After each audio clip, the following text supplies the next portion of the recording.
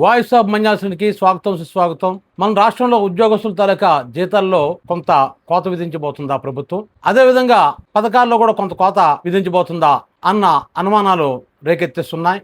దానికి కారణం ఏంటంటే నిన్న ఆంధ్రజ్యోతి పేపర్లో వచ్చినటువంటి ఒక కథనం. ఆంధ్రజ్యోతిలో కథనం ఏంటంటే మన రాష్ట్ర ప్రభుత్వం అప్పుల పాలైపోతుంది, దుబారా ఖర్చులు ఎక్కువైపోయాయి, పథకాలకే 75,000 కోట్ల రూపాయలు అవుతుంది. సో ఇలా ఉన్నట్లయితే ఇంకా ఈ రాష్ట్రం అధోగతి పాలైపోతుంది అన్న విధంగా ఒక కథనం ప్రచురితమైంది.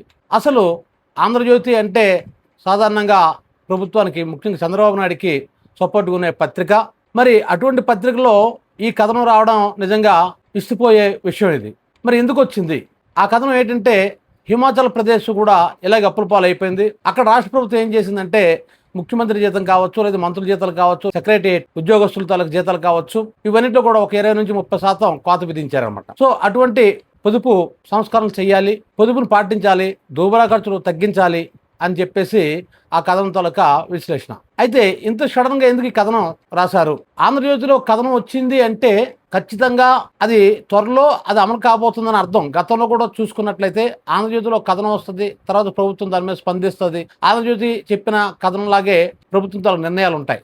సాధారణంగా ఇంతకుముందు నేను ఒక వీడియోలో చెప్పాను, చంద్రబాబు నాయుడు గారు ఏదైనా చేయాలంటే ముందు లీకులు వదులుతారు. లీకులు వదిలిన తర్వాత దాని మీద చర్చ స్టార్ట్ అవుతుంది. ఆ చర్చ కూడా చూసుకున్నట్లయితే తనకు అనుకూలమైనటువంటి ఛానల్స్లో చర్చలు జరుగుతుంటాయి. చిత్రం ఏంటంటే ఆ చర్చల సారాంశం కూడా పూర్తిగా కన్క్లూజన్ ఎలాగొస్తుందంటే ఈ చంద్రబాబు నాయుడు గారు ఏ విధంగా అయితే లీకులు ఇచ్చారో దానికి సపోర్ట్గా ఉంటాయి అనమాట. అది చిత్రం. ఇక్కడ ఎప్పుడు చూడండి అలాగే ఉంటుంది.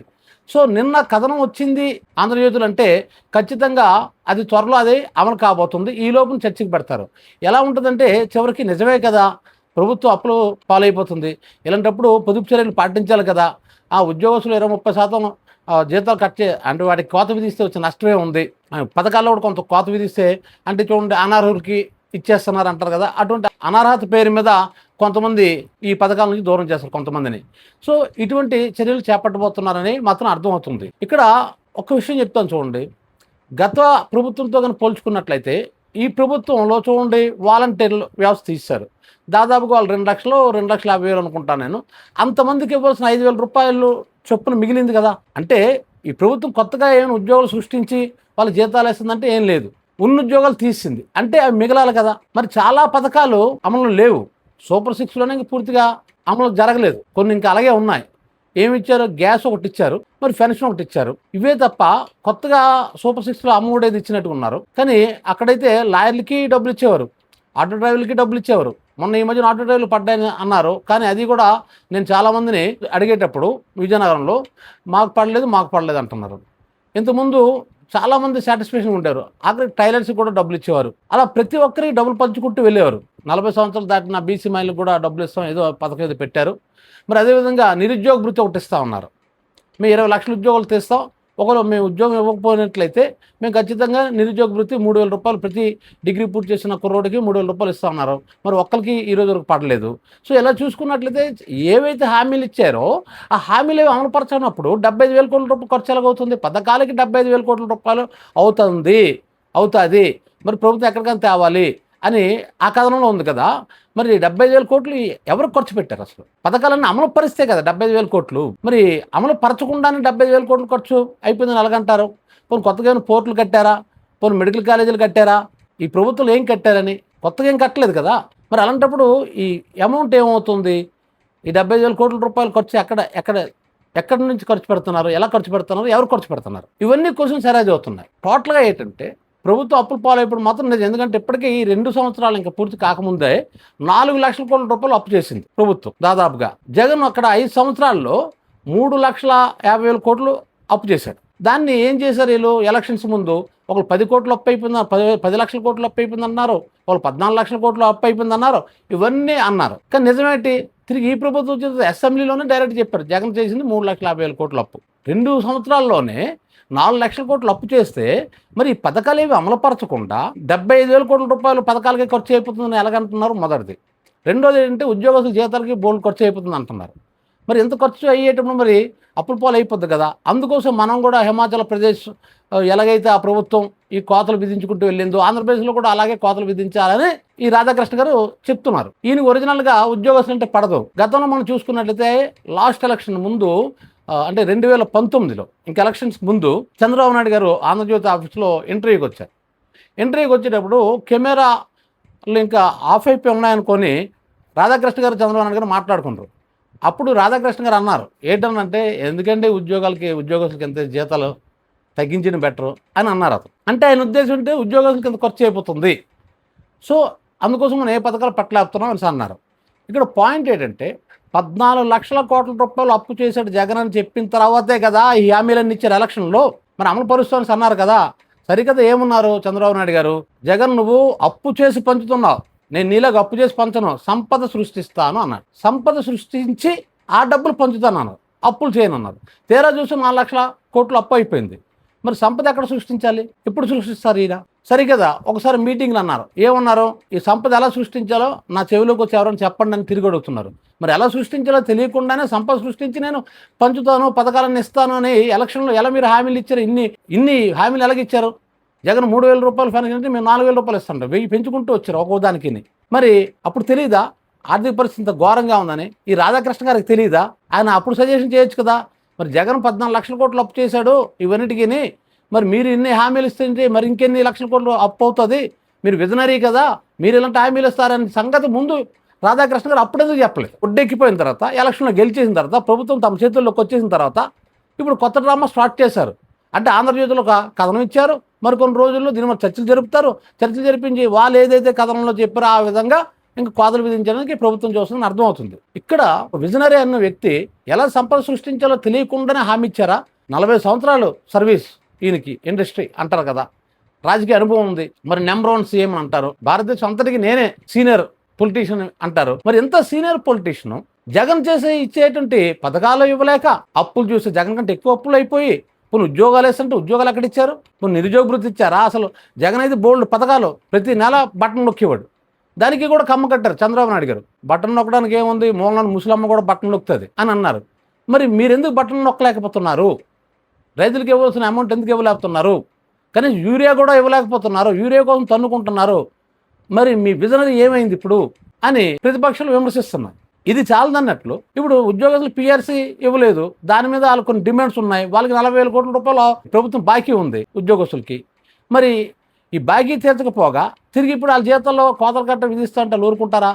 కానీ ఆ ఊసెత్తారని అనుకోవటం లేదు. కాకపోతే పథకాల్లో మాత్రం కోతలు విధిస్తారు, అనారాధ పేరు మీద మాత్రం జరగడానికి అవకాశం ఉంది. ఇక సంపద సృష్టి అంటే ఏంటి అనేది ఒక్కసారి మీరు చూసుకోండి. జగన్ అమౌంట్ ఇచ్చాడు, జాగ్రత్తను గత వీడియోలో నేను మాట చెప్పాను, జగన్ అమాయకంగా ఇచ్చేలేదు డబ్బులు.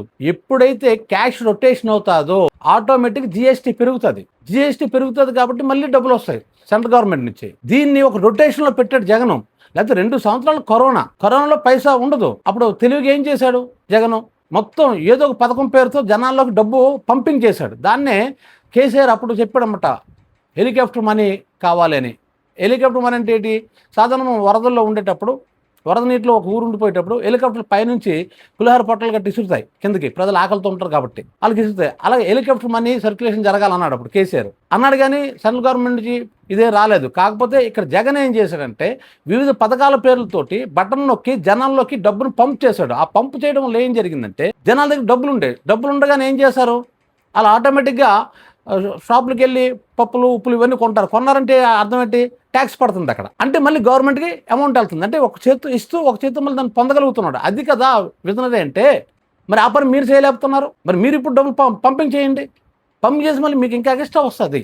ఇప్పుడు మీరేం చేస్తారు, పారిశ్రామికవేత్తలకి రూపాయికి ఎకరం భూమి ఇచ్చేస్తున్నారు, ఎకరం భూమి రూపాయికి ఇచ్చేస్తా ఉంటారు, వేలాది ఎకరాలు ఇచ్చేస్తున్నారు. అలా ఇచ్చేసే బదులు సింపుల్గా ఫర్ ఎగ్జాంపుల్ వేలాది ఎకరాలు కాకుండా కొన్ని ఎకరాలు మీరే అమ్మి ఆ డబ్బులతో మీరు ఫ్యాక్టరీ కంపెనీ పెట్టచ్చు. అలా చేయకుండా వాళ్ళు వేలాది ఎకరాలు ఇచ్చేసి వాళ్ళు ఏం చేస్తున్నారు, 33 సంవత్సరాలకో 99 సంవత్సరాలకో ఒక అగ్రిమెంట్ రాసుకుంటూ తర్వాత ఏం చేస్తారంటే అది తాకట్ట పెట్టి, బ్యాంకులో తాకట్ట పెట్టి మళ్ళీ వాళ్ళ డబ్బులు తెచ్చుకుని వాళ్ళ కంపెనీ పెట్టి, అంటే ప్రజల డబ్బుతో వాళ్ళు కంపెనీలు పెడుతున్నారు. ఇది పారిశ్రామికవేత్తలు వ్యాపారస్తులు తెలియటట్లు ప్రభుత్వం లేకపోతే ఇంకెందుకు? అదే జగన్ అయితే ఏం చేశాడు, నేను ఇక్కడ నువ్వు కంపెనీ పెట్టాలంటే ఖచ్చితంగా కొన్ని కండిషన్స్ పెట్టాడు. చాలామంది ఏంటంటే జగన్ చూసి ఫ్యాక్టరీలు కంపెనీ పారిపోయారు అంటారు. పారిపోవడం కాదు, ఇక్కడ చూసుకుంటే జాగ్రత్తగా జగన్ ఒక మాట చెప్పాడు. అదేంటంటే ఉదాహరణకి ఒక విజయనగరంలో కంపెనీ పెట్టాలనుకోండి, ఎవరైనా పారిశ్రామికత వచ్చాడనుకోండి, వాళ్ళకి ఏం చెప్పాడంటే మీకు కావాల్సిన ఉద్యోగస్తులు కనీసం ఒక 50% అయినా సరే విజయనగరం నుంచి తీసుకోవాలి మీరు కంపల్సరిగా. ఒక విజయనగరంలో ఆ నైపుణ్యంలో కానీ లేకపోయినట్లయితే పక్క జిల్లా నుంచి శ్రీకాకుళం నుంచో వైజాగ్ నుంచి ఇలా మొత్తం మీద ఈ రాష్ట్రం నుంచి తీసుకోవాలి. ఈ రాష్ట్రంలో కూడా ఆ నైపుణ్యంలో కానీ మీకు దొరకకపోతే పక్క రాష్ట్రంలోకి వెళ్ళండి. అప్పటికీ దొరకకపోతే అప్పుడు మీరు విదేశాల నుంచి తెచ్చుకోండి అంటారు. ఈ కండిషన్స్ పెట్టారు, పెట్టబట్టే దానికి నచ్చలేదు. అలాగ మీరు మా పిల్లలకు ఉద్యోగాలు ఇస్తేనే నేను మీకు అవకాశం ఇస్తాను అన్నాడు. ఈ పాయింట్ని పక్కన పెట్టి జగన్ చూసి భయపడి పారిపోయారు అన్నారు. అంటే ఒక ముద్ర వేశారు. నేను జగన్ తరపున మాట్లాడుతున్నట్టు కాదు, అంటే ఒక నాయకుడికి, ఒక విజనరీ పర్సన్స్కి తన రాష్ట్ర ప్రజలు ముఖ్యంగా వాళ్ళకు ఉద్యోగాలు, కానీ మనకి ఇస్తున్నారు. ఏ ఉద్యోగాలు ఇస్తున్నారు? గేట్ కీపరు, స్వేపరు, ఇలాంటి చిన్న చిన్న ఉద్యోగాలు, ఎలక్ట్రీషియను, ప్లంబింగ్ వర్క్లు ఏమంటే దానికోసం ఇలాంటి ఉద్యోగాలు ఇస్తున్నారు. కానీ ఎక్కువగా కంపెనీలు ఏం చేస్తారంటే ఎక్కడైతే కంపెనీ పెట్టారు వాళ్ళకేమైనా ఉద్యోగులకు సరైన ఇస్తున్నారా? సో అది గమనించిన జగన్ ఈ కండిషన్ పెట్టాడు, ఇలాగైతేనే అని కండిషన్ పెట్టాడు. ఇది పక్కన పెడితే మీరు ఇలా రూపాయికి 2 రూపాయలకి మీరు ఎకరాలు ఇచ్చేస్తున్నారు కదా, అప్పుడు సంపద సృష్టిలకు అవుతుంది. ఆడు కంపెనీ పెడతాడు, పెట్టి వాళ్ళకి ఉద్యోగాలు ఇచ్చుకుంటాడు. ఇక్కడ ఉన్న వాళ్ళకి చాలా చిన్న ఉద్యోగాలు నామక ఇస్తాడు. మరి ఇక్కడ ఉన్న మనకి నిరుద్యోగం పోతే కదా సంపద సృష్టి వస్తుంది. ఈ సింపుల్ లాజిక్ కదా. అందరూ నిరుద్యోగం తిన్న తర్వాత సంపద సృష్టి ఎలా జరుగుతుంది? సరి కదా. ఇప్పుడు సంపద సృష్టి ఎలా చేయాలని తిరిగి నా చెవిలో చెప్పండి ఎవరైనా వచ్చి అడుగుతున్నారు. ఇది కరెక్ట్ కాదు కదా. అందుకే మనం ఎన్నికల్లో వాగ్దానాలు చేసినప్పుడే ఇది అమలు పరచగలం లేదని చూసుకొని చేయాలి. మరి జయప్రకాష్ నారాయణ లాంటి వాళ్ళు క్లియర్గా మాట చెప్తారు, అసలు ఇన్ని హామీలు ఇచ్చి జగన్ ఇంత అప్పు చేశాడు, అలా చేశాడు ఇలా చేశాడని. మరి లాస్ట్ టైం మరి చంద్రబాబు నాయుడు ప్రచారంలో ఇన్ని చెప్పేటప్పుడు మరి జేపీ గారు నన్ను ఖండించాలి కదా, ఎలా ఇంత విజనరీ ఎలాగా ఇటువంటి హామీలన్నీ ఇస్తాడని.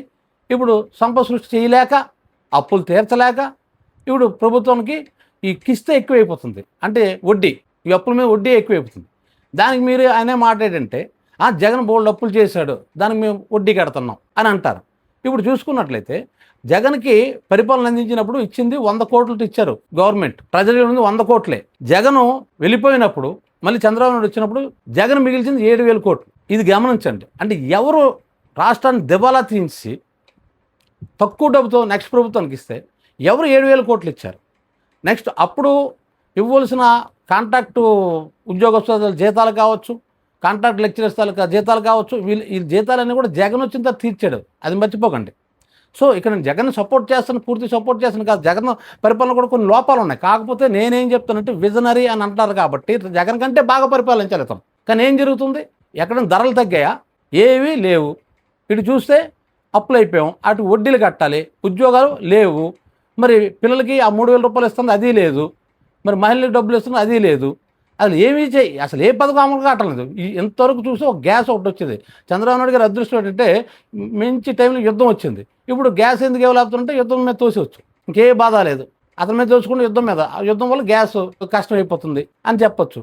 కాబట్టి ఇక మీద ఎలక్షన్లో నిలబడేటప్పుడు ఇలాంటి చెయ్యలేని పనులు వాగ్దానాలు చేసి చేయకండి. ఎందుకంటే గతంలో కూడా మీరు చూసుకున్నట్లయితే అప్పుడు ఎలక్షన్లో 2019కి ముందు అప్పుడు రైతుల తాలూకా రుణమాఫీ చేస్తానని మీరు అన్నారు. జగన్ అయితే నేను చేయలేనని చెప్పాడు. అంబటి రాంబాబు లాంటి వెళ్ళి ఈ ఒక్క అబద్ధం ఆడండి, ఒక్క హామీ ఇవ్వండి, మీరు గెలిచేస్తారంటే ఓడిపోయినా పర్వాలేదు కానీ నేను అంటే హామీలు నేను ఇవ్వను అని క్లియర్ కట్గా చెప్పాడు. ఇంకో విషయం చూడండి, ఇప్పుడు బెల్ట్ షాపులు చాలా ఎక్కువైపోయాయి. మరి ప్రైవేట్ సంస్థలకి మీరు బార్లు ఇస్తున్నారు, బ్రాందీ షాపులు ఇస్తున్నారు, అంటే మీకు ఆదాయం పెరగాలి కదా. మరి జగన్ అయితే దాదాపుగా ప్రతి సంవత్సరం 20% లెక్కనే షాపులన్నీ మూయించుకుంటూ వెళ్ళాడు. బెల్ట్ షాపులు అయితే జగన్ టైంలో లేవు. మరి అక్కడ ఆదాయం తగ్గాలి, ఇక్కడ ఆదాయం పెరగాలి. మరి ఈ ఆదాయం ఏమవుతున్నట్లు? మరి ఇసుక విషయంలో కూడా చూసుకున్నట్లయితే ఇప్పుడు ఆదాయం పెరగాలి కదా. నేను అంటుంది ఏంటి, ఒక విజనరీ రాష్ట్రాన్ని పరిపాలిస్తున్నప్పుడు మన ఆర్థికాభివృద్ధి పెరగాలి, పెంచుతానని మీరు అన్నారు. ఇప్పుడు మేము అంటం లేదు. మీరు అనే మాట ఏంటంటే మీరు సంపద సృష్టిస్తాను, నేను అప్పులు చేసేవను, సంపద సృష్టించి ఇస్తాను అన్నారు కదా. అయ్యా తమరు అర్జెంటుగా సంపదను సృష్టించండి, లేదా అప్పులేని చేయకుండా ఆగండి. ఈ రెండింటిలో ఒకటి చేయండి. లేదంటే పొదుపు చేయండి. పొదుపు అంటే చూడండి, మీరు తిరిగే స్పెషల్ ఫ్లైట్లకి వారానికి 2 సార్లు మీరు ఖచ్చితంగా హైదరాబాద్ వెళ్ళిపోతారు. మన ఉప ముఖ్యమంత్రి గారు హైదరాబాద్ హెలికాప్టర్లు ఖర్చే నెలకి 10 కోట్లు ఖర్చు అవుతుంది. ఇంతవరకు నాకు తెలిసి ఏ ఉప ముఖ్యమంత్రికి అంత ఖర్చు అవ్వలేదు. ఆయన మాట్లాడితే హైదరాబాద్ వెళ్ళిపోతాడు, ఉదయం ఇక్కడ టిఫిన్ చేస్తాడు, మధ్యాహ్నం ఇంకో లంచ్ ఇంకో దగ్గర చేస్తారు, నైట్ డిన్నర్ హైదరాబాద్ చేస్తారు. మీరు రోజు తిరిగి హెలికాప్టర్ ఖర్చు తగ్గించుకోండి. ఇలా ఖర్చు తగ్గించి పేదోడికి ఏదైనా చెయ్యండి. అది కరెక్ట్ కదా, అది విజనరీ అంటే. ఈ వీడియో మీకు నచ్చినట్లయితే వాయిస్ ఆఫ్ మంజాసన్కి లైక్ చేయండి, షేర్ చేయండి, సబ్స్క్రైబ్ చేయండి.